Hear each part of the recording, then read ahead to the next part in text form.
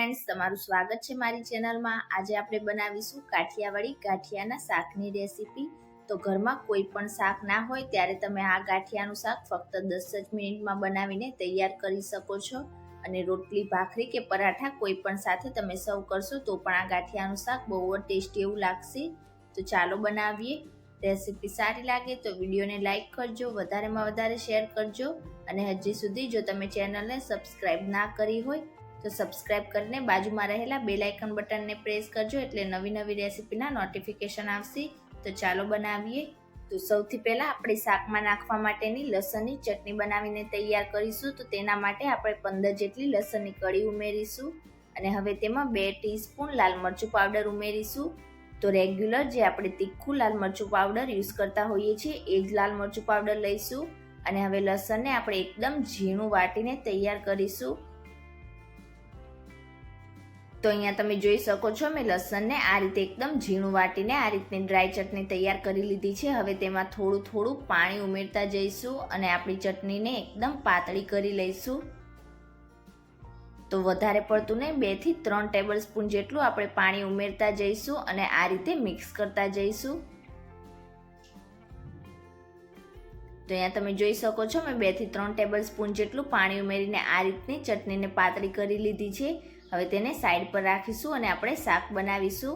તો તેના માટે કઢાઈમાં 3 ટેબલસ્પૂન જેટલું તેલ ઉમેરીશું। તો આ શાકમાં આપણે તેલનું પ્રમાણ થોડુંક ચડિયાતું રાખીશું એટલે શાક એકદમ ટેસ્ટી લાગશે। તેલ ગરમ થઈ જાય એટલે તેમાં અડધી ટીસ્પૂન રાઈ ઉમેરીશું અને રાઈને એકદમ સારી રીતે ફૂટવા દઈશું।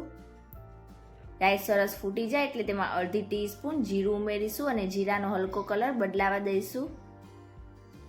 જીરાનો હલકો કલર બદલાઈ જાય એટલે તેમાં 1/4 ટીસ્પૂન હિંગ અને થોડાક મીઠા લીમડાના પાન ઉમેરીશું અને હવે તેમાં એક મીડિયમ સાઇઝનું ઝીણું કટ કરેલું ટામેટું ઉમેરીશું। મિક્સ કરી દઈશું એકદમ સારી રીતે અને હવે આપણા ટામેટા હલકા એવા સોફ્ટ ના થઈ જાય ત્યાં સુધી તેને 2 થી 3 મિનિટ માટે મીડિયમ ગેસની ફ્લેમ પર સાતળીશું।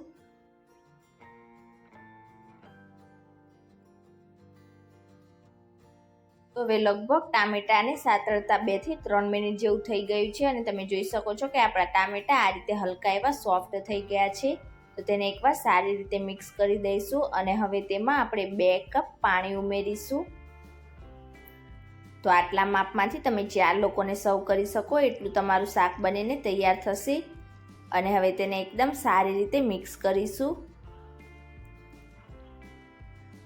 તો પાણી મિક્સ થઈ જાય એટલે હવે તેમાં મસાલા ઉમેરીશું। અડધી ટીસ્પૂન ગરમ મસાલો ઉમેરીશું, અડધી ટીસ્પૂન કરતાં થોડુંક ઓછું લાલ મરચું પાવડર ઉમેરીશું। તો આપણે ચટણીમાં પણ લાલ મરચું પાવડર ઉમેરેલું છે તો મરચું તમે તમારા ટેસ્ટ પ્રમાણે વધારે કે ઓછું કરી શકો છો। અડધી ટીસ્પૂન ધાણા પાવડર ઉમેરીશું, અડધી ટીસ્પૂન કરતાં થોડીક ઓછી હળદર ઉમેરીશું અને હવે આપણે જે ચટણીની પેસ્ટ બનાવીને તૈયાર કરી છે તેને એકવાર સારી રીતે મિક્સ કરી લઈશું અને તેને પણ આપણે કઢાઈમાં ઉમેરીશું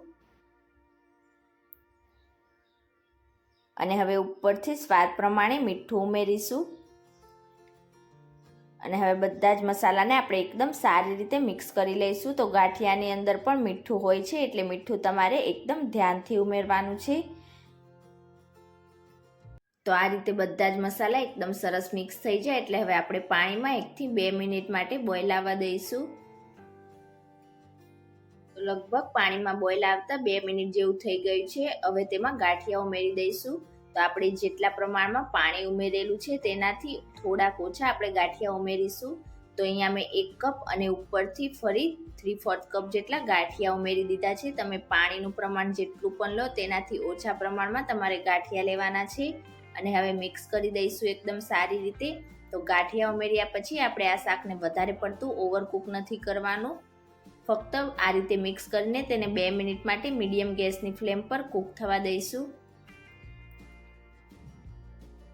તો લગભગ શાકને ઉકળતા 2 મિનિટ જેવું થઈ ગયું છે અને તમે જોઈ શકો છો કે ગાંઠિયાએ આપણા પાણીને એકદમ સરસ રીતે એબ્ઝોર્બ કરી લીધું છે।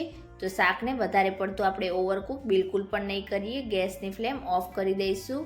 આ શાક તમારે જ્યારે પણ ખાવું હોય તેના 10 મિનિટ પહેલાં જ તમારે બનાવવાનું, નહીં તો આ શાક ઠંડુ થયા પછી એકદમ થીક થઈ જશે। તો તમારે રસો આ રીતનો થોડોક વધારે રાખવાનો અને હવે ગેસની ફ્લેમ ઓફ કરીને આપણે ઉપરથી થોડાક ઝીણા સમારેલા લીલા ધાણા ઉમેરીશું. મિક્સ કરી દઈશું સારી રીતે. તો રોટલી, ભાખરી કે પછી પરાઠા સાથે ખાવાની મજા પડી જાય તેવું કાઠિયાવાડી ગાંઠિયાનું શાક બનીને એકદમ તૈયાર છે. તો હવે ગરમા ગરમ શાકને આપણે સર્વિંગ કઢાઈમાં નીકાળી લઈશું.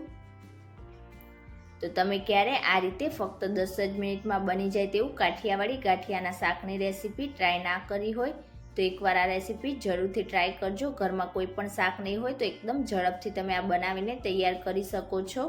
અને આજની મારી રેસીપી તમને કેવી લાગી એ મને કમેન્ટ કરીને ચોક્કસથી જણાવજો. અને જો રેસીપી સારી લાગી હોય તો વિડીયોને લાઇક કરજો, વધારેમાં વધારે શેર કરજો અને ચેનલને સબસ્ક્રાઈબ કરીને બેલ આઇકન બટનને પ્રેસ કરજો એટલે નવી રેસીપીના નોટિફિકેશન આવશે. Thank you for watching.